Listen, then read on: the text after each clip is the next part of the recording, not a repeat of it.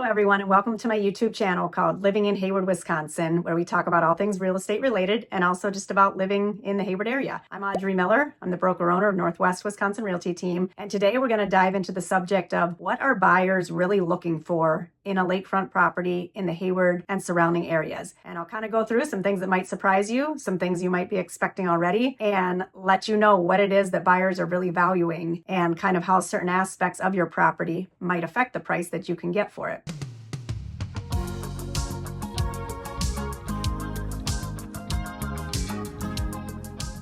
Before we get into this discussion about what buyers are really looking for in a lakefront property in Hayward, Wisconsin, I wanted to mention, feel free to reach out to me anytime via text, email, phone call. That's what I'm here for. I am a full-time real estate agent. I am buying and selling with clients every day. So feel free to reach out to me anytime if you have questions or need help with your search, and especially if you have a property that you're looking to sell. I do focus on listings and lakefront properties with buyers and sellers on that side of things. So feel free to reach out anytime. So first of all, and this one may not come as a surprise because it's like the number one rule in real estate: location, location, location. And in our area, that also means the lake itself. But let's talk about just the geographic location first. The closer you are to the Hayward area, the higher price you're going to pay for property. And the reason for this is, first of all, most of the what I call the tier 1 lakes in the area that I cover 45 minutes in any direction from Hayward do happen to be within about 20 minutes of Hayward. Grindstone, Lac-Courte, Round Lake, Chippewa Flowage is a little east of Hayward. And then you have Long Lake down towards Birchwood. But the three big ones, Round, Grindstone, and Lac-Courte, that are super highly desirable, all in the vicinity of Hayward and Stone Lake. So the two towns of Hayward and Stone Lake are kind of simultaneously used when referring to Hayward. But it's very different if you get towards Springbrook, or you're over towards Minong, or you're over towards the east in the winter area. So the reason that people want to be close to Hayward, besides the premier lakes in the area, it's where most of the amenities are located. It's where you can go into town and take your kids to Wilderness Walk. You can go to a lot of restaurants and bars in Hayward and right around Hayward. You have the go-kart track, you have the mini golf, you have Main Street, the candy store, the bars and restaurants along Main Street, the shopping, Walmart, Marketplace. All of those things are in Hayward. So being within 20 minutes or so of Hayward is ideal for a lot of lakefront buyers. That is not to say that the other areas in which I work and sell property are not desirable. Minong-Trigo has a lot of really beautiful, clean, clear lakes. The winter area, kind of underrated. There's quite a few great lakes there, just a little bit further from the Twin Cities. The Cable area does tend to get similar prices to Hayward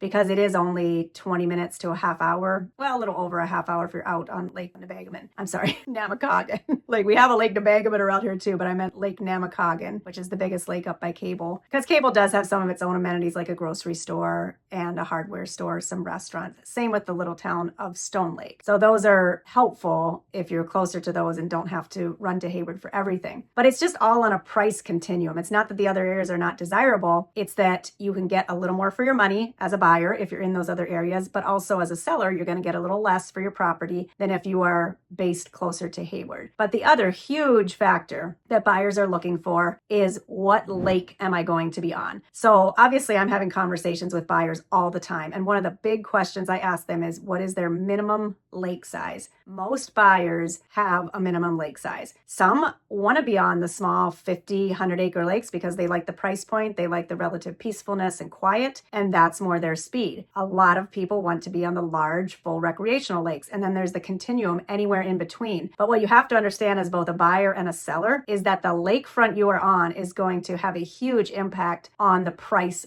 that you're going to pay. The lake itself is the biggest factor in determining price point, followed by location, of course, then followed by the house features, the property features, the size of the home, and all of that. But for example, right now, lots on just a vacant lot on Round Lake is selling for somewhere around $700,000. Well, on a 150 acre lake in the Hayward and Stone Lake area, you could get a beautiful home with a 3-car garage and move in ready for that same price. And on Round Lake, you're paying that just for the lot. So that's to give you some idea about how the lake itself is going to impact the price you pay as a buyer or the price that you're able to get as a seller. And all of these little nuances of our market and knowing what properties compare to other properties is part of where an experienced agent like myself can help you to get the most money for your property as a seller, or as a buyer to know what is this place really worth, and to be able to pull comps for you on that side of things. So the next thing a buyer is looking for when they're purchasing lakefront is the frontage itself. Is the frontage usable? What is the bottom of it like? Is it sand, rock? Is it muck? Does it get weedy? What is the depth so they can get a boat in and out? What is the elevation down to the water? Can they sit and watch their kids play in the water or their grandkids, or are they going to have to be up a hill and then sit down on the dock if their,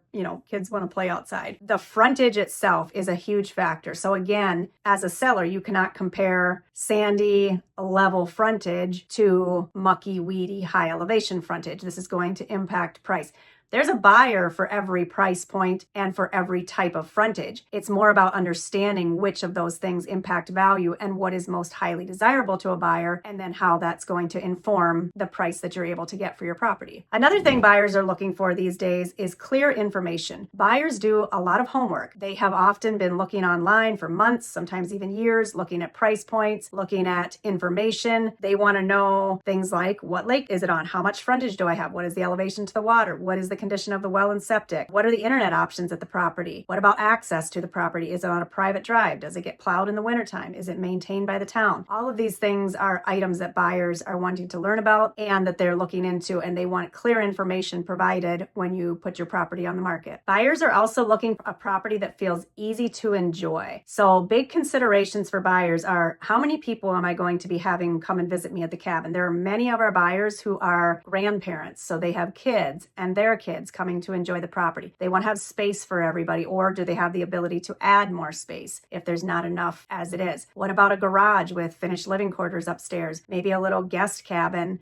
full finished basement where you have a separate kitchenette or separate guest quarters. All of those things make a big difference. Buyers are thinking like, I want to get here Friday evening and I want to picture myself enjoying the property for the weekend, or coming here for a week or two in the summer intermittently. And it's important that they can picture them and their family using the space. A lot of times a question that can come up is the amount of storage within your home. That's more if somebody's looking for it as a full-time residence, or garage space can be a big factor, or even like the area available to add a garage if there isn't one. Many buyers are looking for storage on their property. People have boats, they have jet skis, they have maybe side-by-sides, lots of things that need to be stored, all the lake equipment. They maybe have tubes for, going out on the water. All of that stuff needs a place to go when the summer is ended. So having those amenities are a big draw for buyers, or at least the ability to add them. A condition that they can understand. So what I mean by that is buyers are looking at the property as an investment, whether to use for themselves, to rent out, to have in the family long term. So things like age of the roof, age of the well and septic, age of the furnace, like the big ticket items, the quality of the foundation. These things are going to be of concern to a buyer and questions that they're probably going to ask. So the condition of the home is something that is important to them. Most buyers can deal with some things that are cosmetically outdated, but they're more concerned about the big ticket items. Of course, every buyer loves move-in ready and updated. I don't think there's any that don't, and it's going to be a little difference in price if your home is updated, move-in ready, versus if the buyer might need to or want to do some cosmetic updates. But the bigger thing that they're typically worried about is not a bathroom remodel or putting some laminate vinyl plank where there once was carpet. They're more concerned with the big ticket items, and that those are in a good condition and aren't going to cost them a lot of money soon after taking ownership. Another thing that buyers really want when looking for a lake home, and I hear this all the time, they want privacy. And I tell them privacy and lakefront is a unicorn in the Hayward area and in the areas that I cover. If you're going to get privacy, it's typically going to be on the smaller lakes or at a very, very high cost. Even in the 1.5 million, 2 million range, 2.5 million on the premier lakes, you typically don't have a lot of privacy. Over the years, the lakes have gotten divided up into strips, I guess you could say, or rectangular shapes that are 100 feet wide or maybe a little bit more. Not to say there's never any properties that have a little more privacy or don't have a neighbor on one side or maybe have a few acres of land, but it is not the norm. As a general rule, if you're a seller who has privacy, that will make your price premium. If you're a buyer who wants privacy, you're going to be looking at very few properties